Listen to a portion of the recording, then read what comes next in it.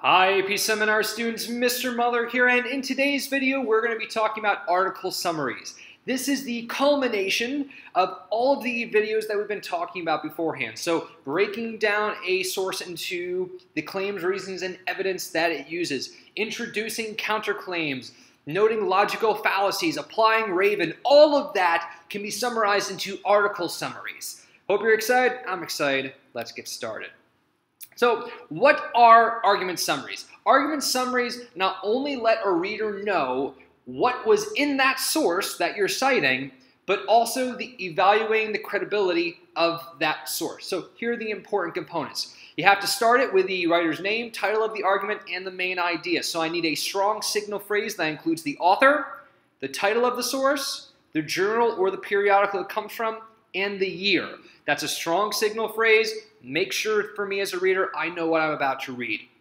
I also need a strong main claim. So what is it specifically? Tell me what these subclaims and the evidence used are specifically. Then you're going to identify the logical fallacies, if there are any. Then you're going to apply Raven. So address the reputation, the ability to observe, vested interest, expertise, and neutrality of the author. Now you can do this because you have time. If you did it in a timed area and I gave you something you didn't look at, you can't go that in depth. But if I gave you time to do this at home, you should have gone more in depth. After you've done all that, you're going to create a statement saying based off applying Raven, logical fallacies, I can say this source is or is not credible. And you want to do that in about 350 words, about a page and a half. The reason why I don't want you to do it over a ton is because we're trying to get really specific. And also, limiting the amount of words that you can use actually forces you to be very purposeful with your writing. Sometimes, and I'm finding this nowadays with students, your problem isn't writing enough. Your problem is writing too much. And you just go on and on and on and on and on and on and on. Just shrink it down. Give me what I want to say. Now, why are article summaries important in this course? Is if you can do an article summary, that is mirroring what the AP Test Part 1A is asking you to do. They're going to give you a source, and they're going to say, break down the line of reasoning and evaluate if that source is credible or not. So let's go through a process. Now, first thing you're going to need is the article summary checklist and rubric. If you look at these slides, there's going to be a link on this last slide. So open up that link, just get that ready to go. These are tools that will help make sure that you're doing everything you need to do on the article summary. So let's take a look at one.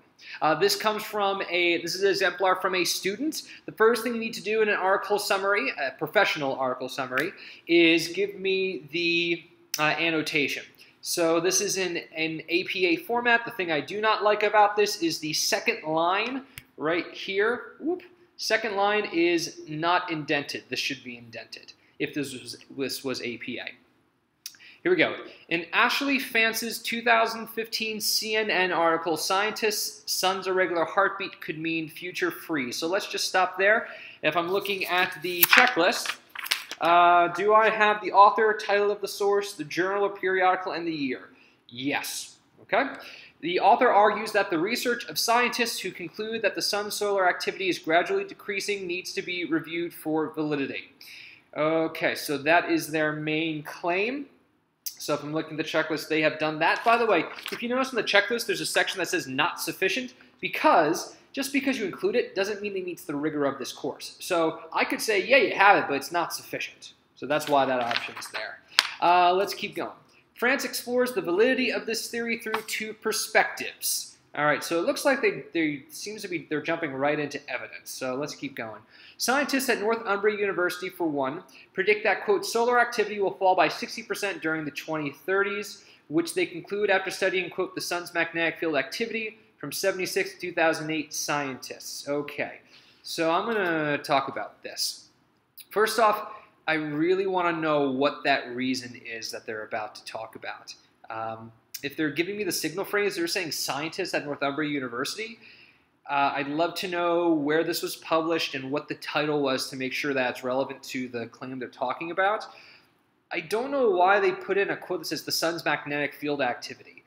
Honestly, I think this would have been better if they used if they were paraphrasing instead of directly quoting. And they need to revise this because they go 1976 to 2008 scientists. So obviously they haven't done proofreading. Let's look at this next piece of evidence. Valentina Zarkova, a mathematics professor at Northumbria University, validates that the model shows a 97% level of accuracy. Okay, that also could have been a paraphrase. I think it'd be more effective.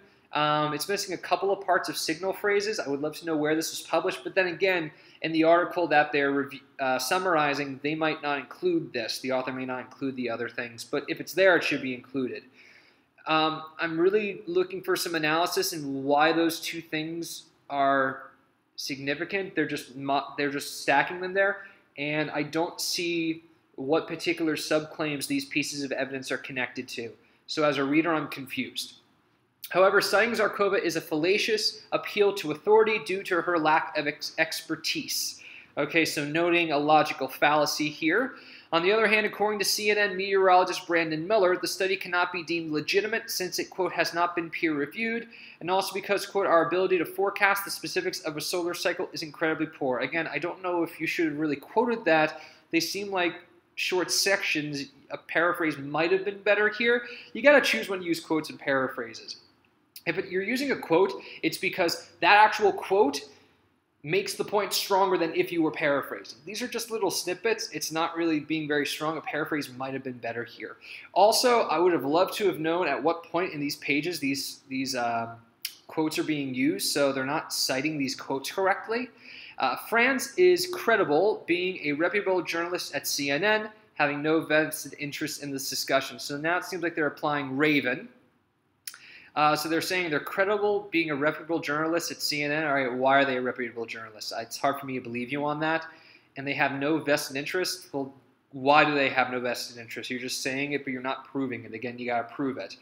However, her credibility is somewhat decreased because she does not have an ability to observe, nor does she hold expertise on this issue.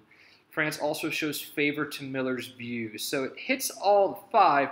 I would have loved if they went a little bit more in depth. I mean, what from your research is telling you that? I mean, just a little bit more for each of those would have really been helpful.